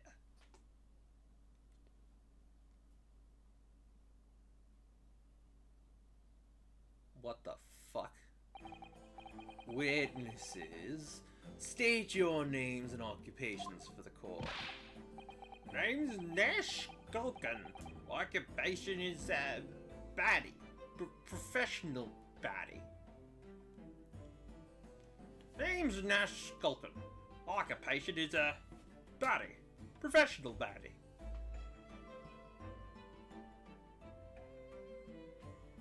Name's Nash Culkin. Occupation is, baddie. Professional baddie.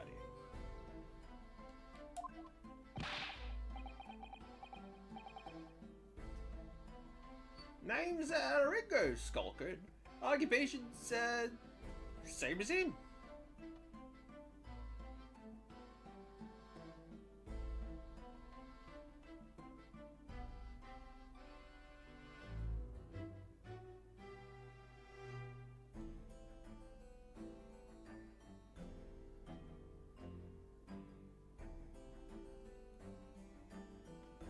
Alright, that's those voices saved.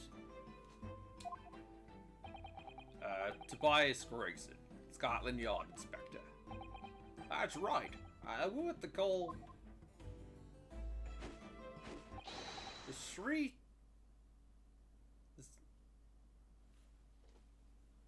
I've already lost it.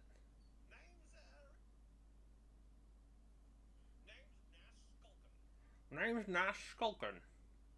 The three Skulkin brothers.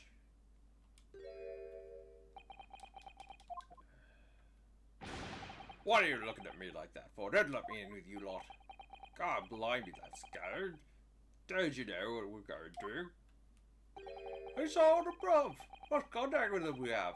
So we're scouring every share corner of the capital. Last night we come across you. The very spit of the boat. Hey, have right, Ringo. Yeah, it is nice, it is. The very spit of them. So we decided, and now is what we're gonna do. We're gonna call you Big Bruv Sulky. Come on, even out you do. Sulky Skulkin? And that's before he's run out of chips. Well, then, Inspector Sulky Gregson. Beg your pardon, my lord, but the name's Tobias. What I would like to know, Inspector, is what are you doing in the witness stand? The Skulkin brothers are currently under arrest, my lord, on suspicion of theft. Thieves, are they, these three? No, my lord, begging your pardon, but please don't lump me in with this lot. 2 nights ago, these two brothers illegally entered an establishment with intent to burgle, and in the course of their nefarious activities, they became embroiled in a far more sinister crime. By Jove, do you mean to say, oh, what an extraordinary coincidence! Indeed, my lord. While attempting to burglarize the pawnbrokery, they witnessed its proprietor's murder. Order! Order! The various trespasses of these brothers is not the subject of today's proceedings, though they will naturally face trial in the very near future. With your lordship's permission, I'd like to remain in the... with your lordship's permission, I'd like to remain in stand to keep these gents on the straight and narrow. Of course, Inspector. Skeptical as I am about the caliber of these witnesses, I will permit them to take the stand. Mr. and Mr. Skulkin, you will now testify before the court. Describe the evidence of the night... describe the events of the night in question, and what exactly you saw. Happy to. Because Skulkin... Oh, I just... Get out of it. Happy to.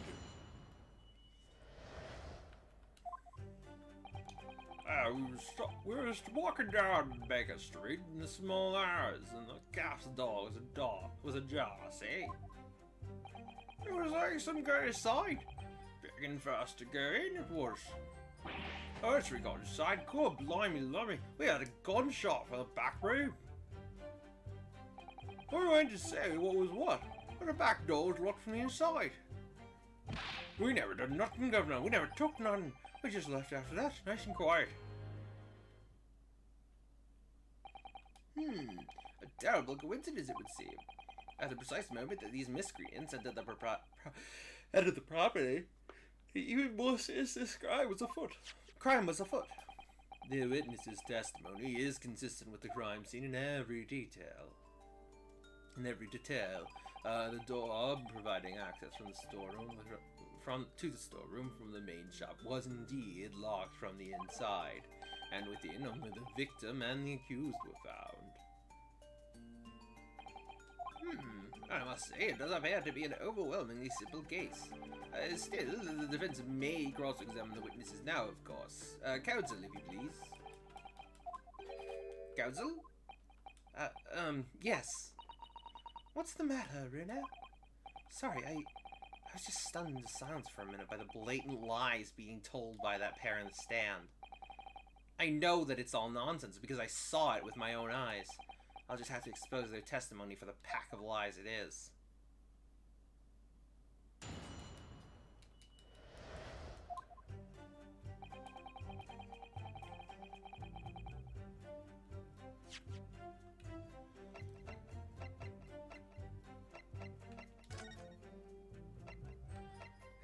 Let's take a look at this.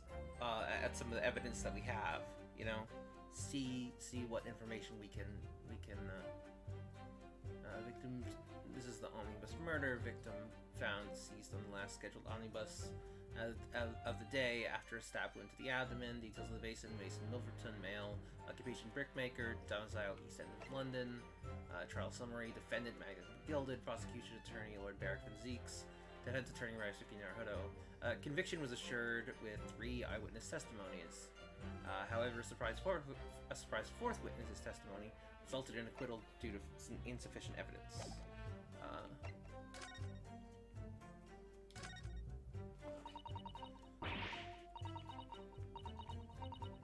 Pawnbroker pouches and pick-purse plunder. How awful. Virginia, I mean. Tomorrow's headline will be Discharged Diver's Dauntless Do-Gooder, right? Yes, something like that. If possible, I'd like to go even bigger. Bigger? Ow! Proud pickpocket protects planet post-trial, perhaps. Protects planet! Oh, I can't wait for tomorrow now. It's gonna be so great.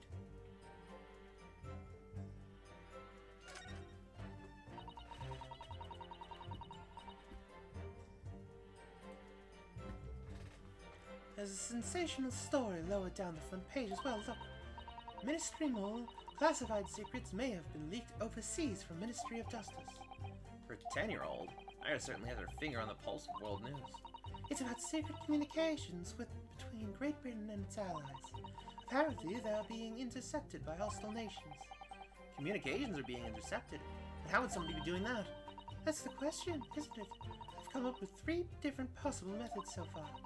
Are you looking for a new career, Reno? No, of course not. I wonder, perhaps this is what Lord Strongheart was talking about yesterday. Yes, it could be. And it could explain why he has Craigsy running from pillar to post at the moment.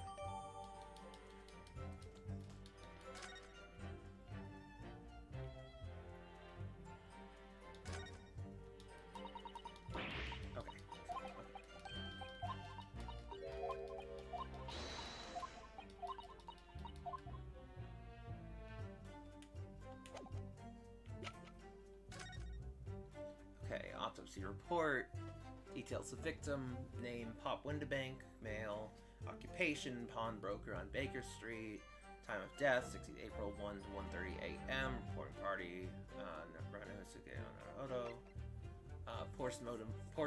post-mortem findings, single bullet wound in upper half of victim's back, no other visible signs of trauma. Autopsy findings: instant death from a posteroanterior. Is that it? Posteroanterior bullet wound to the heart. The bullet entered the body from the back on a gently rising diagonal trajectory.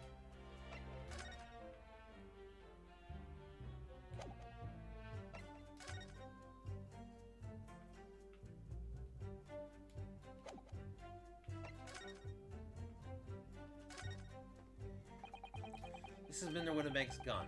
The cylinder is completely empty.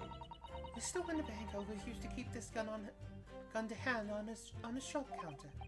Yes, but only ever with a single bullet loaded, I understand. That's right. To keep all the pawned articles that were in his cash safe. But his one bullet was fired that night, and the poor man lost his life. Was he protecting his shop, I wonder? Trying to keep the articles safe?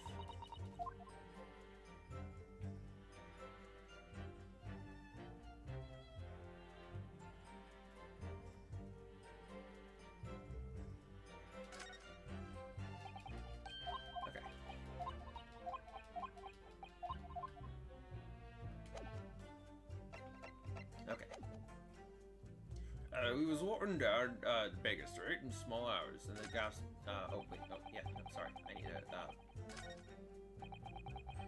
Press.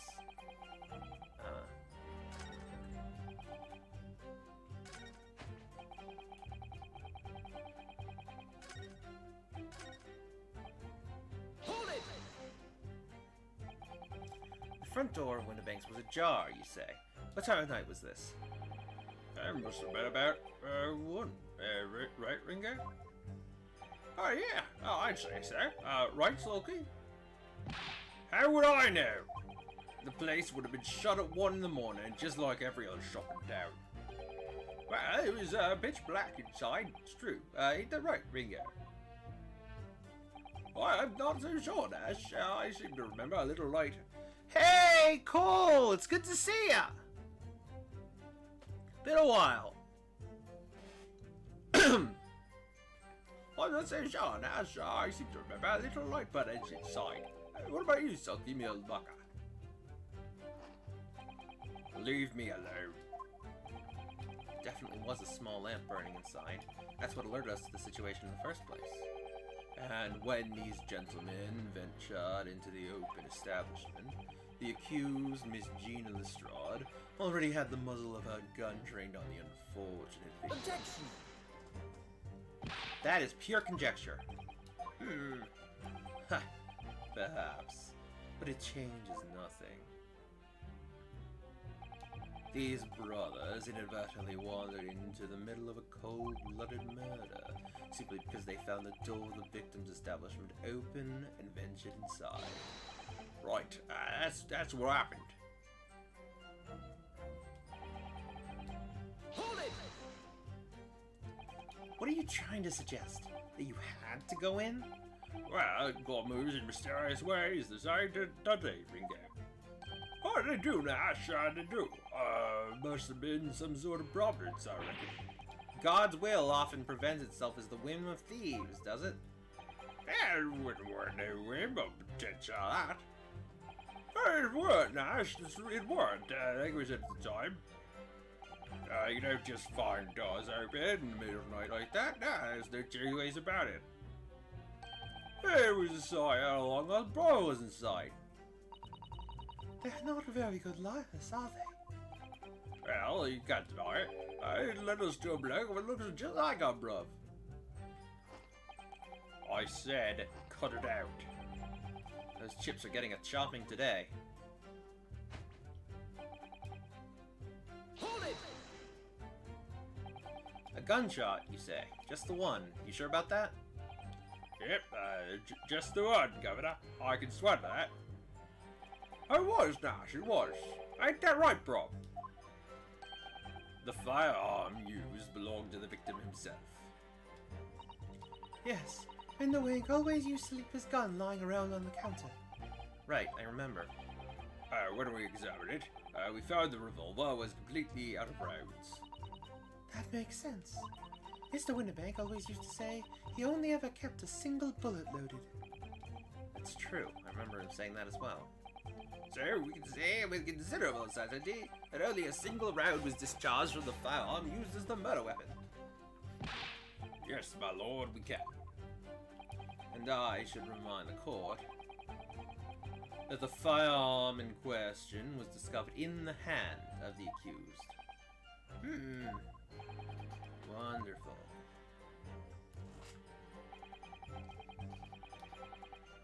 Hold it! Do you mean the door between the main shop and the storeroom? If my learned friend is having difficulty grasping the situation, perhaps a drawing would help. Excluding the shop's entrance from the street, there is only one other door, that of the storeroom. Of course, there was only a little light boy on that end, not much to see by. And the door was hidden behind a curtain and all. That's right.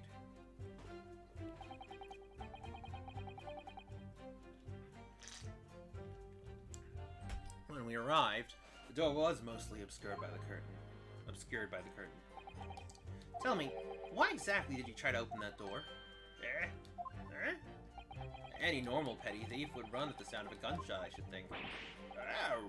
Well, your turn to rabbit we go. Oh, well, Ash, yeah, I suppose you have to say we ain't normal, eh? Broadly speaking, humans respond in one of two ways on hearing a gunshot or a scream. The timid flee, gripped by fear, while the courageous investigate to see if they might help. These gentlemen are of the latter inclination. My learned Nippone's friend, it would seem, is of the former. Alright, somehow I just proved that I was a coward that night. Thank you, counsels. I believe we all understand that the door was locked and could not be opened. Proceed, witnesses.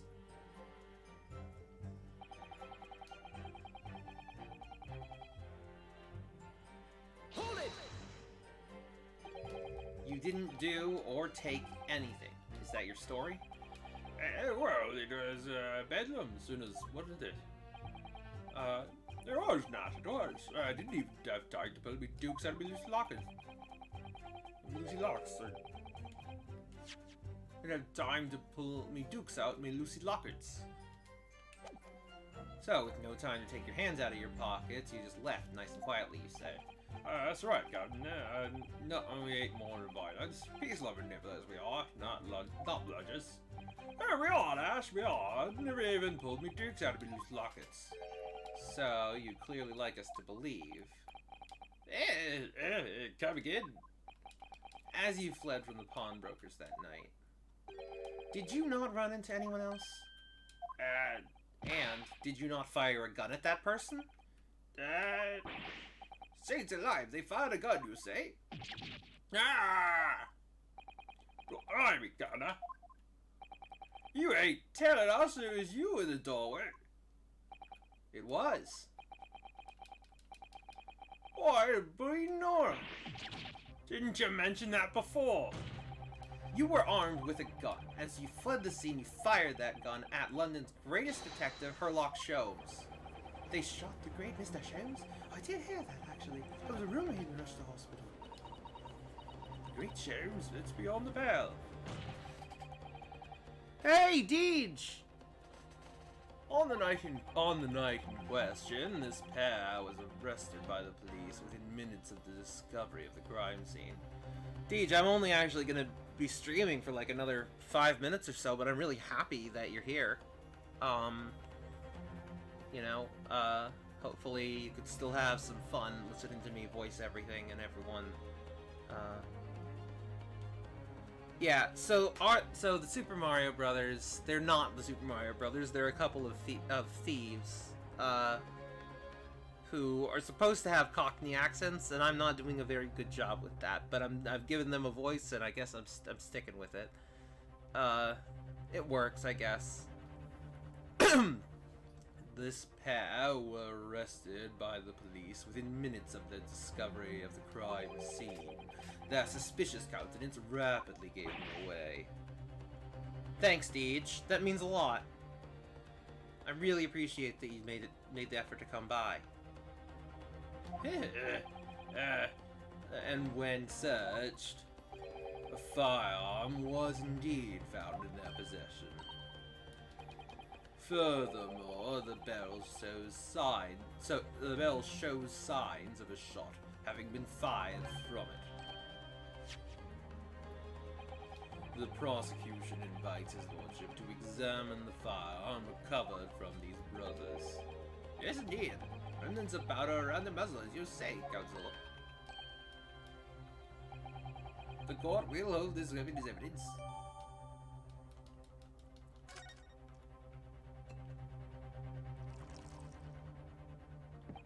Now, my learned Nipponese friend.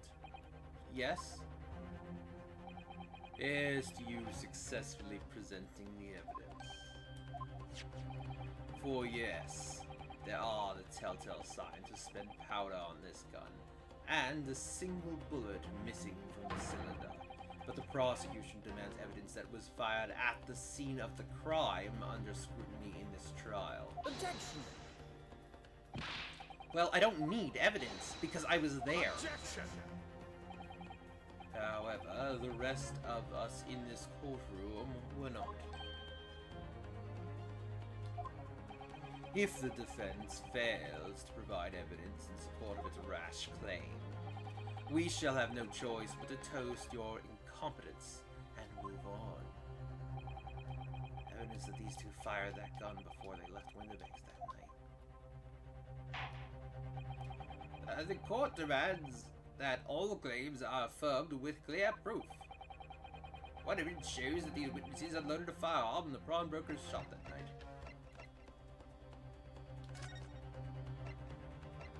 Boom. Take that! The evidence is in this portfolio. What on earth do you have there, Counsel? During the course of our investigations, we discovered a number of bloodstains. Not trusting the police to do the job they're trained to do. How arrogantly Nipponese of you. Well, anyway, we analyzed all the blood samples we found and recorded the results in this portfolio.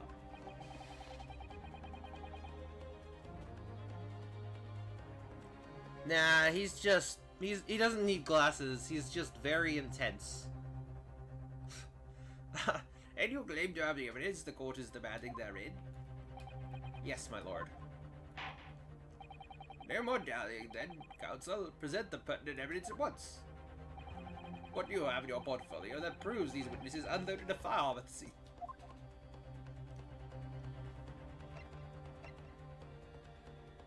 Take that!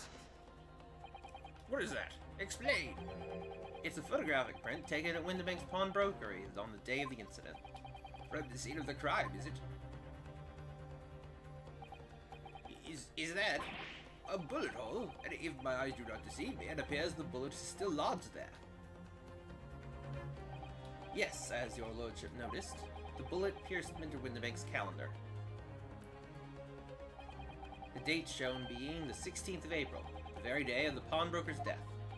The incident occurred at 1 hour after midnight, but this indicates that a separate shot had been fired sometime after the calendar had been set to the 16th.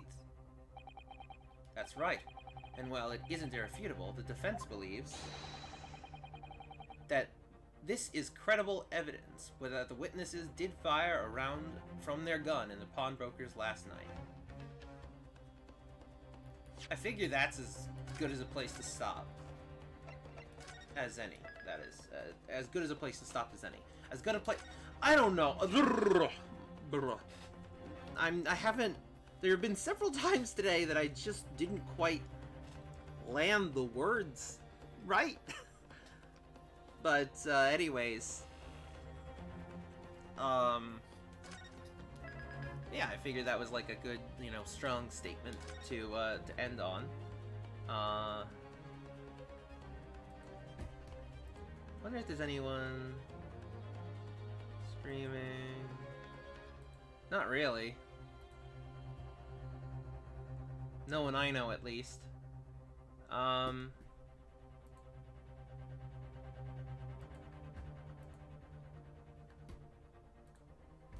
could send you guys over there, but I figure let's just end. Alright, thanks so much, everyone. Had a lovely day today. Lovely stream.